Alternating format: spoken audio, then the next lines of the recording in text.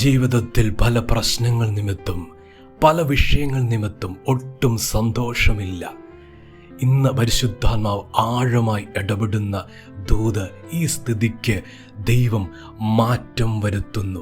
എപ്പോഴും സന്തോഷത്തോടെയും എപ്പോഴും സമാധാനത്തോടെയും എപ്പോഴും സ്വസ്ഥതയോടെ ആയിരിക്കുന്ന ജീവിത സാഹചര്യങ്ങളിൽ ദൈവിക വാഗ്ദത്തങ്ങളുടെ നിവർത്തീകരണം സ്വർഗപിത അതിശക്തമായി വെളിപ്പെടുത്താൻ പോകുന്നു. ഫിലിപ്പിയർ ലേഖനം 1:3 ഞാൻ നിങ്ങൾക്ക് എല്ലാവർക്കും വേണ്ടി കഴിക്കുന്ന സകല പ്രാർത്ഥനയിലും എപ്പോഴും സന്തോഷത്തോടെ പ്രാർത്ഥിച്ചു. പൗലോസ് പറയുന്നു, എപ്പോഴും സന്തോഷത്തോടെ. ദൈവത്തിൻ്റെ പൈതലേ, ഇന്നത്തെ ദുഃഖത്തിൻ്റെ, ഇന്നത്തെ വേദനയുടെ ഈ അനുഭവം ജീവിതത്തിൽ കർത്താവ് ആ കാര്യത്തിൽ ഒരു നീക്കുപോക്ക് കൽപ്പിക്കാൻ പോവുക. ആ വിഷയത്തിൽ ദൈവം പരിഹാരം വരുത്താൻ പോവുക. എപ്പോഴും സന്തോഷത്തോടെ.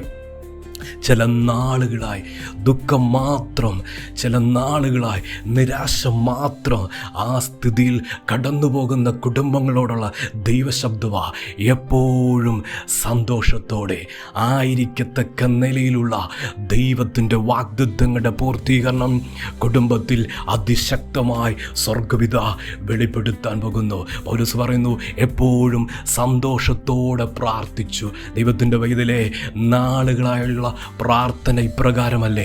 കണ്ണുനീര് ധാരധാരയായി ഒഴുകുവല്ലേ? ദുഃഖത്തോടെയല്ലേ, വ്യസനത്തോടെയല്ലേ പ്രാർത്ഥിക്കുന്നത്? മനസ്സ് തകർന്നും മനസ്സ് നുറുങ്ങിയല്ലേ ദൈവപാദപീഠത്തിൽ പ്രാർത്ഥിക്കുന്നത്? ഇന്ന് ദൂത് വിശ്വസിച്ചു, വചനമാഴമായി ഏറ്റെടുത്തു. ഈ അവസ്ഥ മാറും, ഈ സ്ഥിതി മാറും.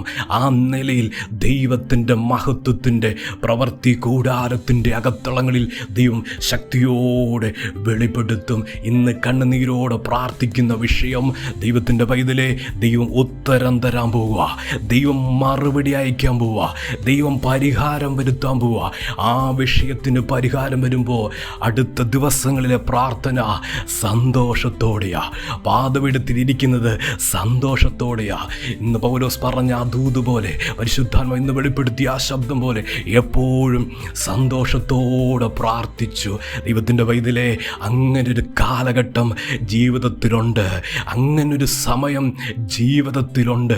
എന്നും കണ്ണുനീരോടെ, എന്നും വേദനാജനകമായ അനുഭവത്തിൽ കൂടെ കടന്നു പോകുക ദൈവം സമ്മതിക്കത്തില്ല. സന്തോഷത്തോടെ പ്രാർത്ഥിക്കുന്ന ഒരു സ്ഥിതിയിലേക്ക് സാഹചര്യത്തെ കർത്താവിത തിരിക്കാൻ പോകുന്നു. അപ്പോസ്തല പ്രവൃത്തികളുടെ പുസ്തകം 3 ഒരു മുടന്തൻ വഴിയോരങ്ങളിൽ ഭിക്ഷയാചിക്കുകയാ. കാലങ്ങളായി, സംവത്സരങ്ങളായി ആ മനുഷ്യൻ്റെ സ്ഥിതി പ്രകാരം അവൻ ആലയത്തിൽ പോകണമെന്നുണ്ട്, കർത്താവിനെ ആരാധിക്കണമെന്നുണ്ട്. എന്നാൽ അവൻ്റെ ബലഹീനത അതിന് സമ്മതമല്ല. ആ സ്ഥിതിയിൽ സാഹചര്യമായിരിക്കുമ്പോൾ യേശു ക്രിസ്തുവിൻ്റെ ശക്തി അവൻ്റെ മേൽ വെളിപ്പെട്ട സാഹചര്യം തിരുവെഴുത്ത് വ്യക്തമാക്കുന്നു. വചനം പറയുന്നു, അവൻ നടന്നും തുള്ളിയും ദൈവത്തെ പുകഴ്ത്തിക്കൊണ്ട് ദേവാലയത്തിലേക്ക് പ്രവേശിക്കുക. നാളുകളായി ആഗ്രഹിച്ചിരുന്നതാ, നാളുകളായി കൊതിച്ചിരുന്നതാ ഒരു വിടുതൽ, ഒരു ദൈവപ്രവൃത്തി ആ മനുഷ്യൻ്റെ ജീവിതത്തിൽ കർത്താവ് വെളിപ്പെടുത്തിയപ്പോൾ നടന്നും തുള്ളിയും ദൈവത്തെ പുകഴ്ത്തിക്കൊണ്ട് ആലയത്തിൽ പോകുക. ദൈവത്തിൻ്റെ പൈതലേ, ഇന്ന് ദുഃഖത്തോടെയാണോ, ഇന്ന് സങ്കടത്തോടെയാണോ, ഇന്ന് വേദനയോടെയാണോ പോകുന്നത്? ഈ പ്രകാരം ദൂത് വിശ്വസിക്കട്ടെ. സ്ഥിതിയെ തൊടുന്ന, സാഹചര്യത്തെ മാറ്റുന്ന, അത്ഭുതം ചെയ്യുന്ന ദൈവത്തിൻ്റെ കരം ചാഞ്ഞിറങ്ങി ഇതാ വിഷയത്തിൽ വിടുതൽ കൽപ്പിക്കാൻ പോകുന്നു. നടന്നും തുള്ളിയും ദൈവത്തെ മഹത്വപ്പെടുത്തുന്നു. ആ നിലയിൽ ആ മനുഷ്യൻ്റെ ജീവിതത്തിൽ ദൈവസാധാരണമായ ദൈവപ്രവൃത്തി അയച്ചില്ലേ? അവന് നൃത്തം ചെയ്യാതിരിക്കാൻ കഴിയത്തില്ല, അവന് സന്തോഷിക്കാതിരിക്കാൻ കഴിയത്തില്ല. അപ്രകാരമുള്ളൊരു വിടുതലാ ദൈവം അയച്ചത്. പരിശുദ്ധൻ പറയുന്നു, അപ്രകാരം ഒരു വിടുതൽ ജീവിതത്തിൽ നടക്കും. ഈ കണ്ണുനീരിൻ്റെ പ്രാർത്ഥന മാറും. സന്തോഷത്തോടെ ദൈവത്തെ ആരാധിക്കുന്ന സമയം സ്വർഗപിത വെളിപ്പെടുത്തുന്നു. 1 ശമൂവേലിന്റെ പുസ്തകം 2 ഹന്ന പ്രാർത്ഥിക്കുന്നൊരു പ്രാർത്ഥനയെക്കുറിച്ച് തിരുവെഴുത്ത് വ്യക്തമാക്കുക. 1-ാം അധ്യായത്തിൽ വ്യസനത്തോടെ കണ്ണുനീരോടെ പ്രാർത്ഥിച്ച് ഹന്നയുടെ ജീവിതത്തിൽ ഇതാ 2-ാം അധ്യായത്തിൽ അവരുടെ ഹൃദയം ആനന്ദിക്കുക, സന്തോഷവാ. പ്രാർത്ഥിക്കുമ്പോൾ ആരാധിക്കുമ്പോൾ സന്തോഷവാ. കാരണം പ്രാർത്ഥനയുടെ മറുപടി ദൈവം കരത്തിക്കൊടുത്തു, പ്രാർത്ഥനയുടെ ഉത്തരം ദൈവം കരങ്ങളിൽ കൊടുത്തു. ആ സന്തോഷത്തിലാണ് ഹന്ന ഹൃദയത്തിൽ ദൈവത്തെ പാടുന്നത്, കർത്താവിനെ ആരാധിക്കുന്നത്, കർത്താവിൽ സന്തോഷിക്കുന്നത്. ദൈവത്തിൻ്റെ വൈതലേ, ഇതുപോലെ സ്ഥിതിയിൽ സാഹചര്യങ്ങളുടെ മധ്യേ ദൈവത്തിൻ്റെ പ്രവൃത്തിയുണ്ട്. ഒത്തിരി വ്യസനിച്ചതാ, ഒത്തിരി കരഞ്ഞതാ എന്ന 2-ാം അധ്യായം സന്തോഷത്തിൻ്റെ അധ്യായമായിരുന്നു.